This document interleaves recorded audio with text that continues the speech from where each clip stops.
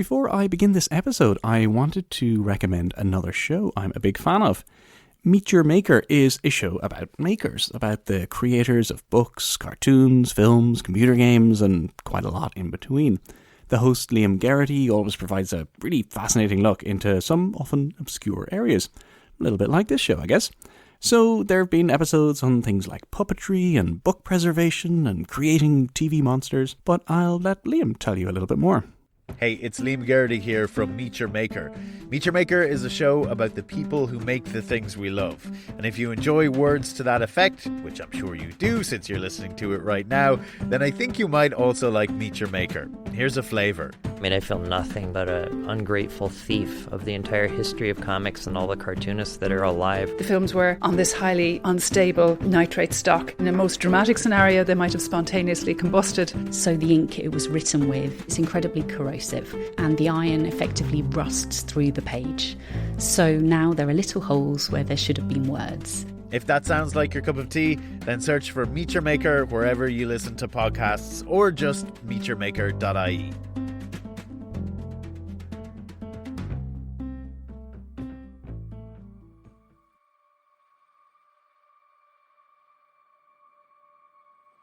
I'm Connor Reid with words to that effect. Stories of the fiction that shapes popular culture. A few weeks ago, I was watching a Netflix detective show called Fallet. It's very good. It's a Swedish show which seems like it might be yet another Nordic noir detective show, but is actually not. It's a comedy police procedural where these two inept and soon-to-be-fired police officers, one Swedish and one British, have to pair up to solve a crime and their careers. It plays a lot on the tropes of crime dramas, and we're introduced to the two characters in a way that sort of really parodies the genre. So the Swedish cop, Sophie Borg, is chasing a criminal across a windswept landscape when he stops at the triple border between Sweden, Finland and Norway. Suddenly, two other detectives emerge from their respective sides of the border. You know, reminiscent of shows like The Bridge and The Tunnel with their dead bodies lying across national boundaries. But instead of this being the beginning of a dark and complex international police investigation, Sophie tries to shoot the criminal in the leg against police orders, completely misses and shoots him in the head. The other protagonist, meanwhile, is Tom Brown, a St. Ives police officer who is equally terrible at his job, but in a very different way. In his opening scene, he's in an English country manor, pacing slowly around a room of well-dressed suspects seated at a large dining room table.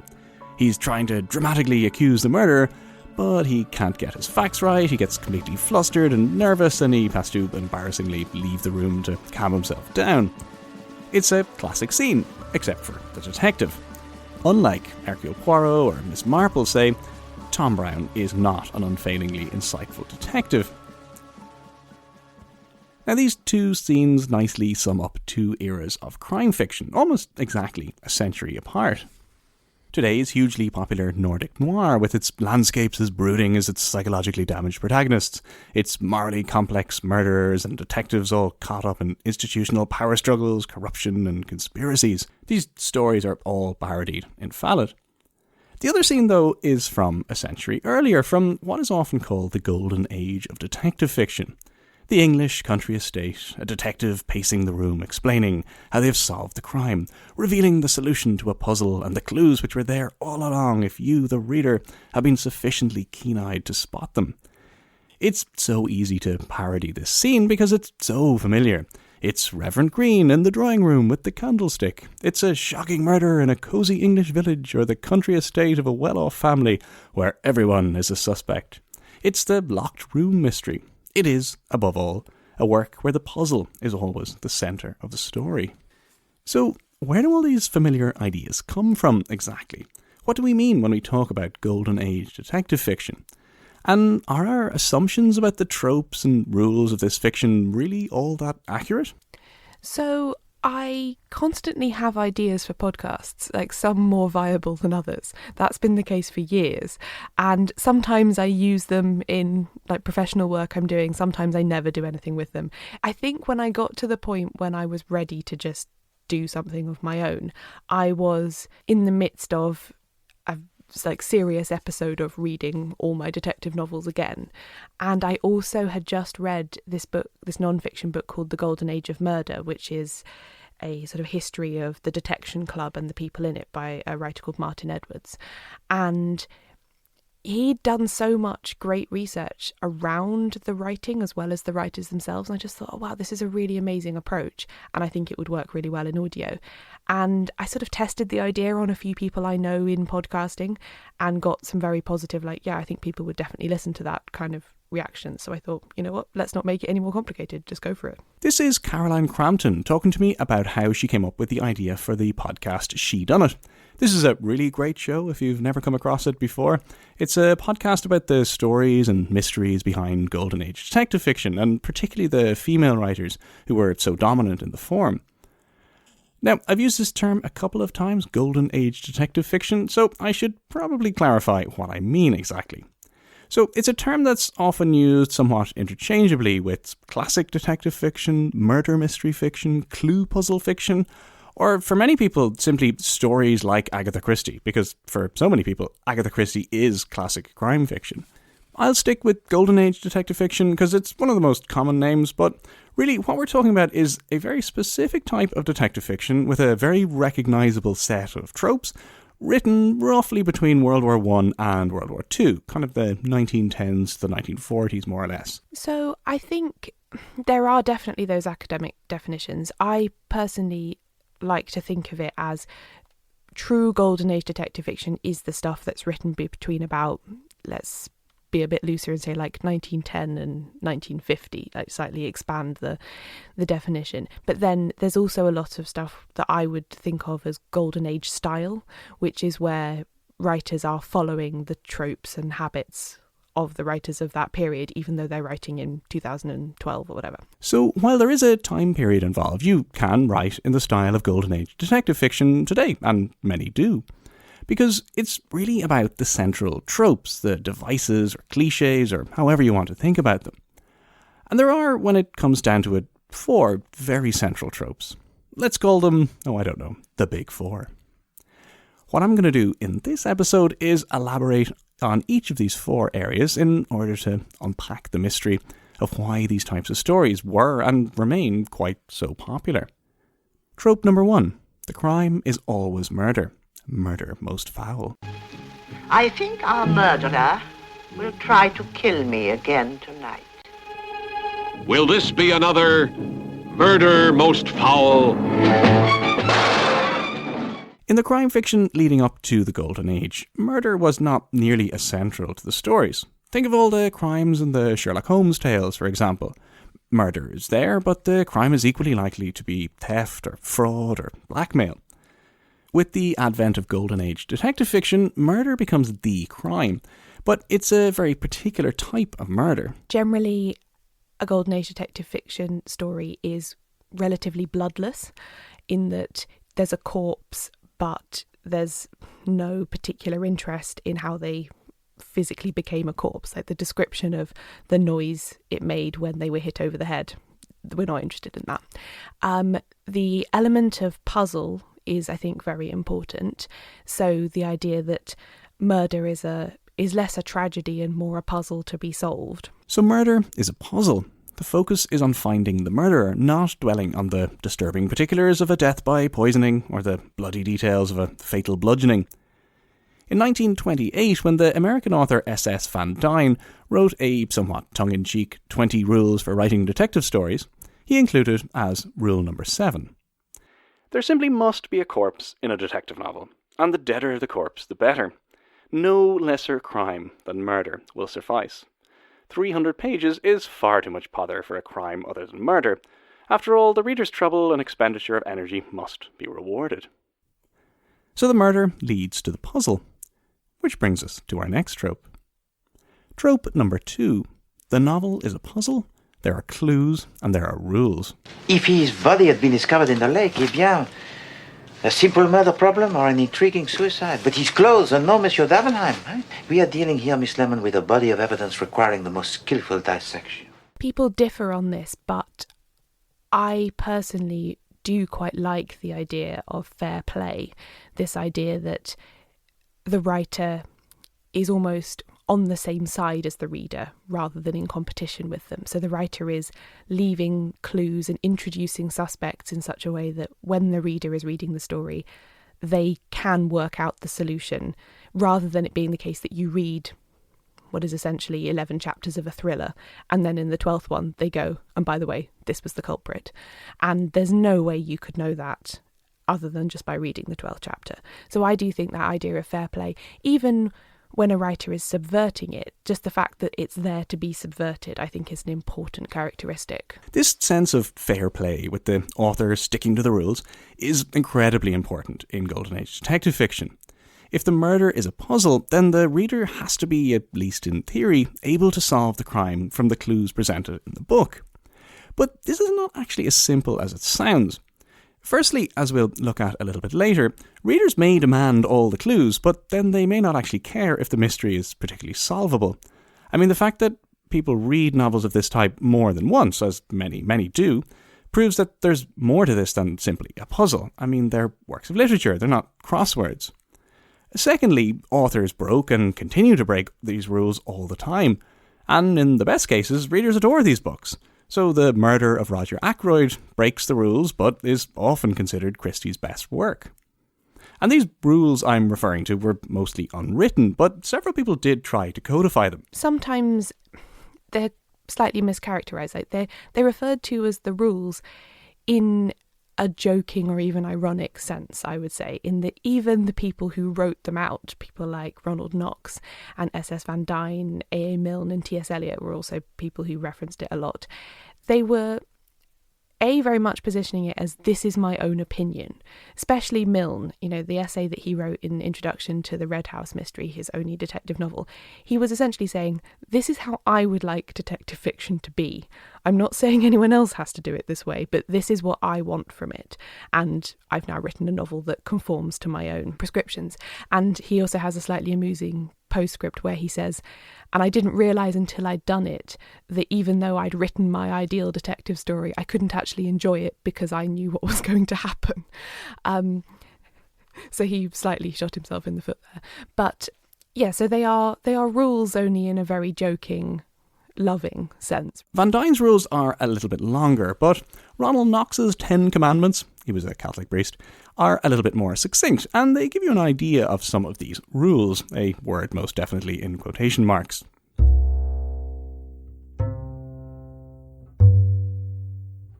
One, the criminal must be someone mentioned in the early part of the story, but must not be anyone whose thoughts the reader has been allowed to follow. 2. All supernatural or preternatural agencies are ruled out as a matter of course. 3. Not more than one secret room or passage is allowable. 4. No hitherto undiscovered poisons may be used, nor any appliance which will need a long scientific explanation at the end. 5. No Chinaman must figure in the story. 6. No accident must ever help the detective, nor must he ever have an unaccountable intuition which proves to be right. 7. The detective must not himself commit the crime. 8. The detective must not light on any clues which are not instantly produced for the inspection of the reader. 9. The stupid friend of the detective, the Watson, must not conceal any thoughts which pass through his mind. His intelligence must be slightly, but very slightly, below that of the average reader. 10. Twin brothers, and doubles generally, must not appear unless we've been duly prepared for them. These type of rules are not unique to detective fiction. All genres have rules and expectations. That's part of what makes them genres. And many of the central rules, as you find with Knox, are ones that would put the story into a different genre. So, no supernatural elements, or really it becomes fantasy or horror maybe. No international espionage, or it becomes a spy thriller. Most of these rules, however, are about playing fair by the reader. No identical twins, no culprit who's never been in the story, no impossible-to-guess murder weapon. No cheating, in other words. Which brings us on to trope number 3. Trope number 3. Reader participation is fundamental. Well, if they won't believe us, we'll just have to go and solve this crime ourselves, won't we?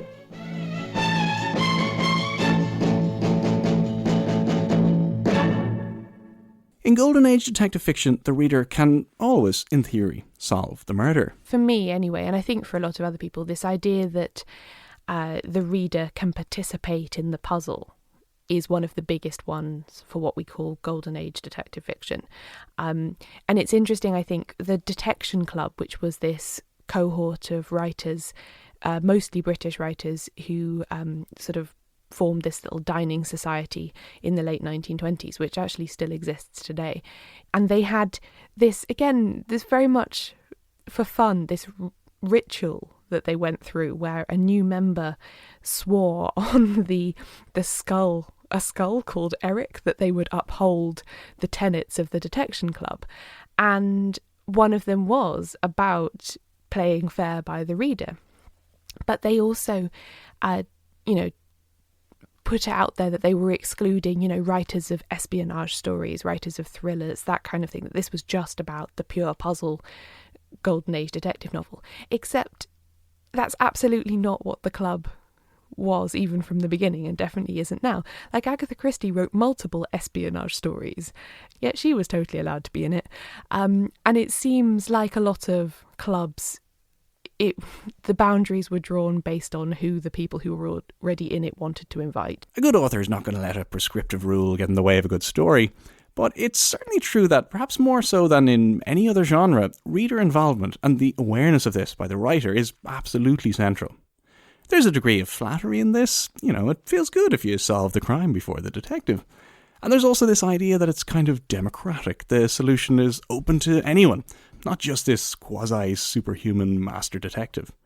But there are problems with this assumption. I think there's a really interesting tension in the Golden Age detective novels about this, because although both authors and writers are obsessed with this idea of fair play and, yes, it being a democratic narrative form in which anyone can be the hero, essentially, I don't think that's actually how it operates in practice. People like to know that that's a possibility, but actually I don't think anyone really reads these novels like that, with a notebook open next to them, noting down every time they spot what they think might be a clue, making their deductions, pausing at the end of every chapter, etc.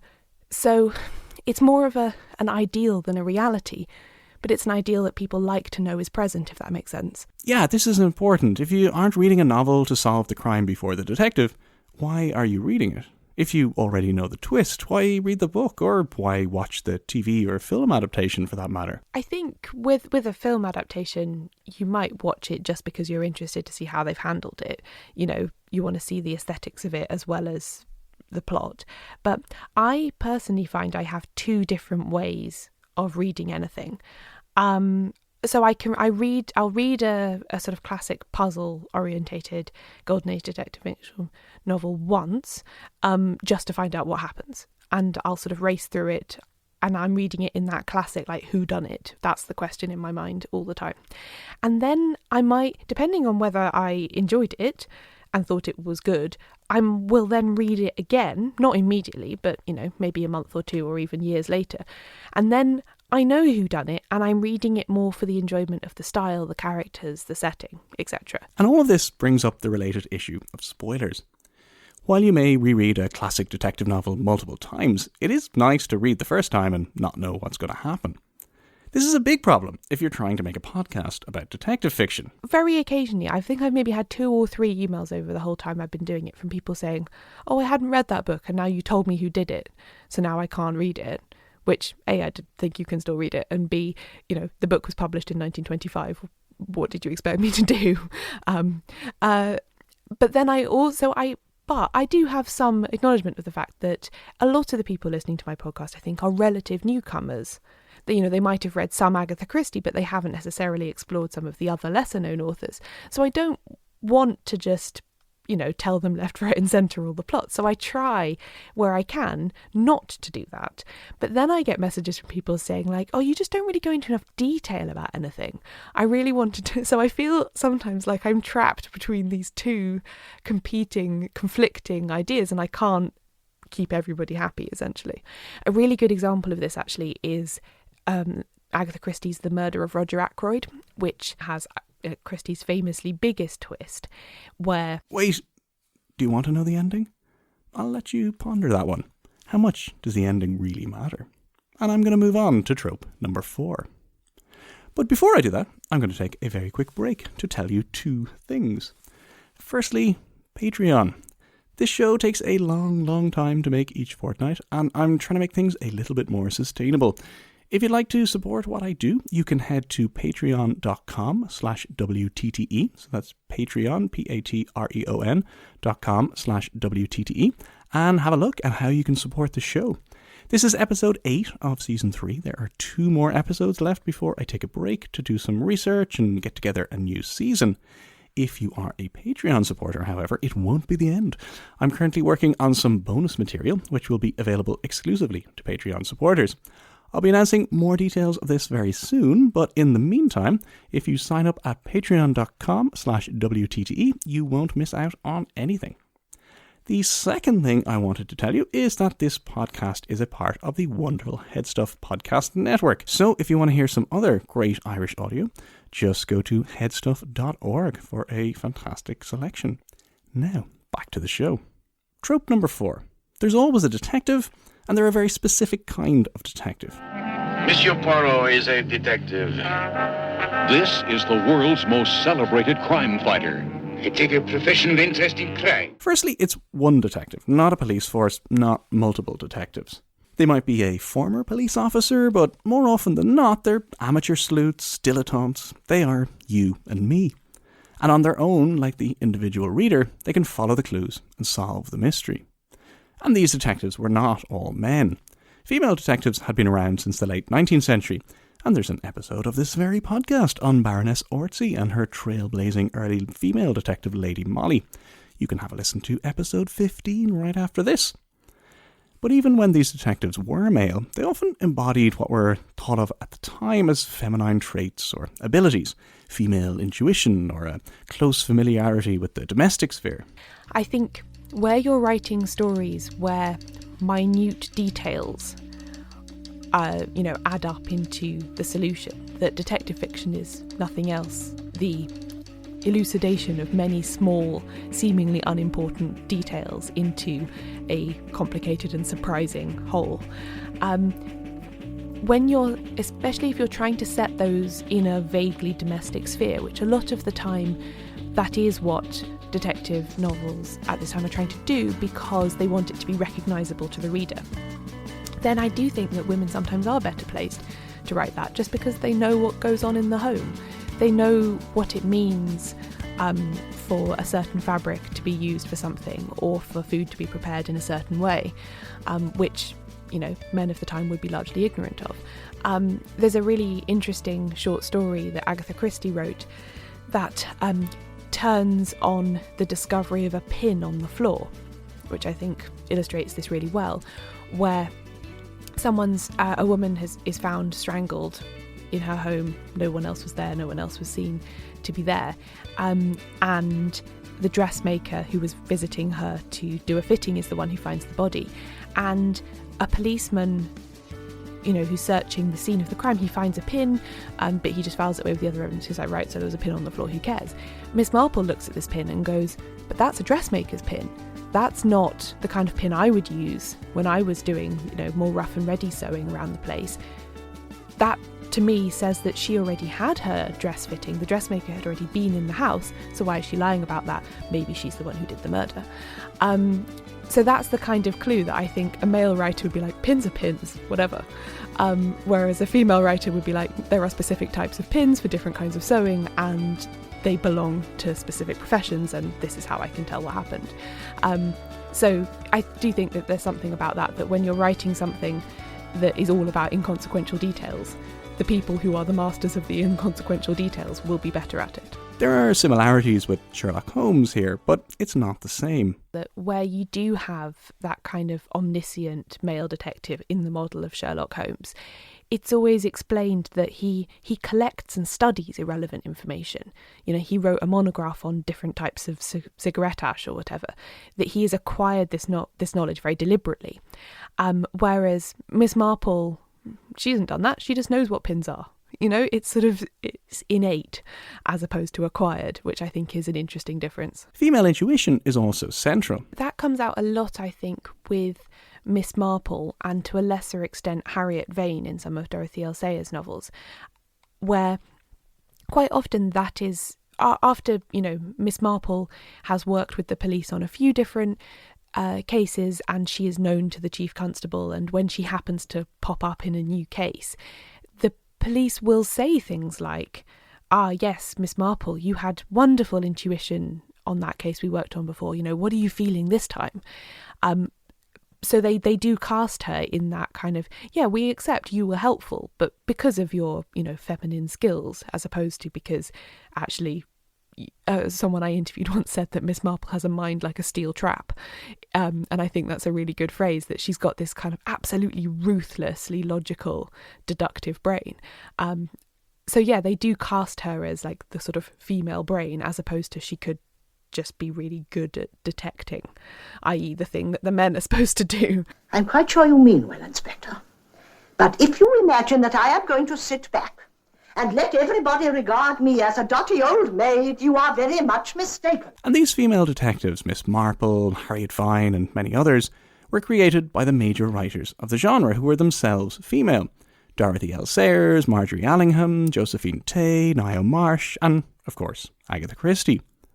So, how do these novelists become so popular at a time when, it's fair to say, women were not receiving the recognition they should have been in literature? I have a few different theories about this. I don't know that there is a definitive answer, and if there is, I don't know what it is.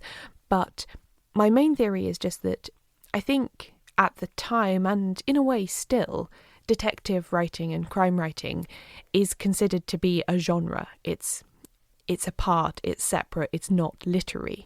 And therefore, I think it's always been lower status, and this applies to other genres like romance and sci-fi and horror and stuff.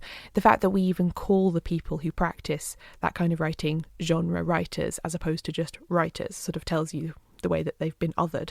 And I think, therefore, even though, Virginia Woolf was working at this time and she was writing A Room of One's Own and writing about how difficult it was, all the structures that kept women out of the highest literary echelons, I don't think those applied so strictly to crime writing because, quite frankly, those gatekeepers didn't care about it as much. So it wasn't considered silly or inappropriate for a woman to succeed at detective fiction because detective fiction in itself was considered to be a bit silly and inappropriate. But this silly and inappropriate literature was massively popular. Agatha Christie in particular was phenomenally successful. She is, with Arthur Conan Doyle, the most significant, popular and influential crime writer of all time.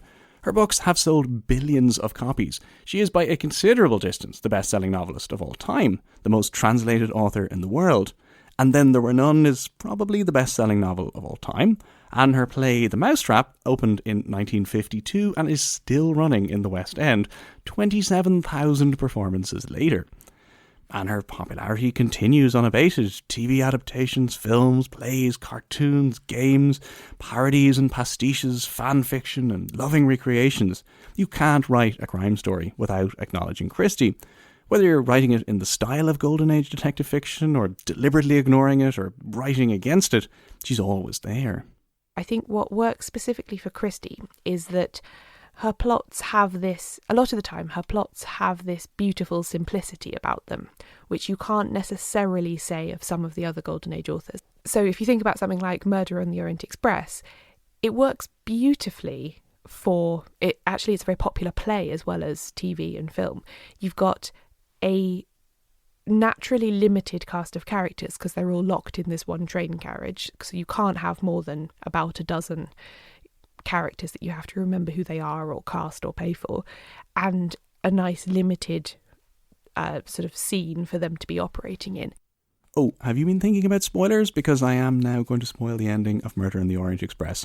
So, don't listen for 10 seconds if you really don't want to know. And then the plot itself, which turns on the fact that somebody gets stabbed to death, not by one person, but in fact by everybody, is a brilliant twist when you're reading it, but also quite a simple idea. Like, there's no complicated mechanisms involved in that.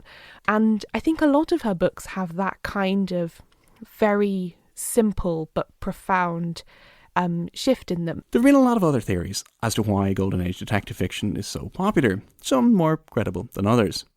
There's this idea that between the wars people were so psychologically damaged they didn't really want to read difficult literature, and the soothing familiarity of detective fiction fulfilled this need for easy, comforting, conservative literature, something sometimes referred to as convalescent literature. There's something to this, the reassuring familiarity of the generally middle-class exclusive setting and the murder committed with an absolute minimum of horrific detail. And certainly the structure of most crime fiction is that disorder is brought into the world through a murder until a reassuring figure of authority arrives and puts everything back into its proper place. Order is restored and justice is done. But there are problems with this. Detective fiction is not always as conservative, as cosy as it might seem. I mean, I think it's difficult to speak of it as a whole genre, actually, in that sense. But then I think people say it more, perhaps, about the work of Agatha Christie, particularly because, you know, she created a character in Miss Marple who lives in this apparently unchanging little rural village with very rigid class structures and all of this kind of thing. And I definitely think there's an extent to which she's reflecting the status quo rather than imagining something better. But I also think that within that, she's, and other authors as well, she's pointing to more radical and interesting ideas. I made a whole episode about the queer subtext in detective fiction, and it crops up several times in Agatha Christie, probably most notably in a novel called A Murder is Announced, in which there is an overt lesbian couple, just there. It's not anything remarkable or censured or denigrated. They're just there. They're just characters in the story, which I think a lot of the time when people call these things conservative, they're thinking more maybe about the TV adaptations and the nostalgic way those are presented. But I think the books themselves can actually surprise you in that regard. Spoilers aside, Golden Age detective fiction is still full of surprises. It's not as formulaic or as conservative or as cosy as its reputation sometimes suggests. It's not only about a great twist at the end, even if that's certainly part of the appeal. And there's a reason it's still so popular and so influential. The best Golden Age detective fiction can be challenging and beautifully written. It can play fair by the reader or dispense with the rules almost entirely. After all, there are many, many ways an author can answer the question of whodunit.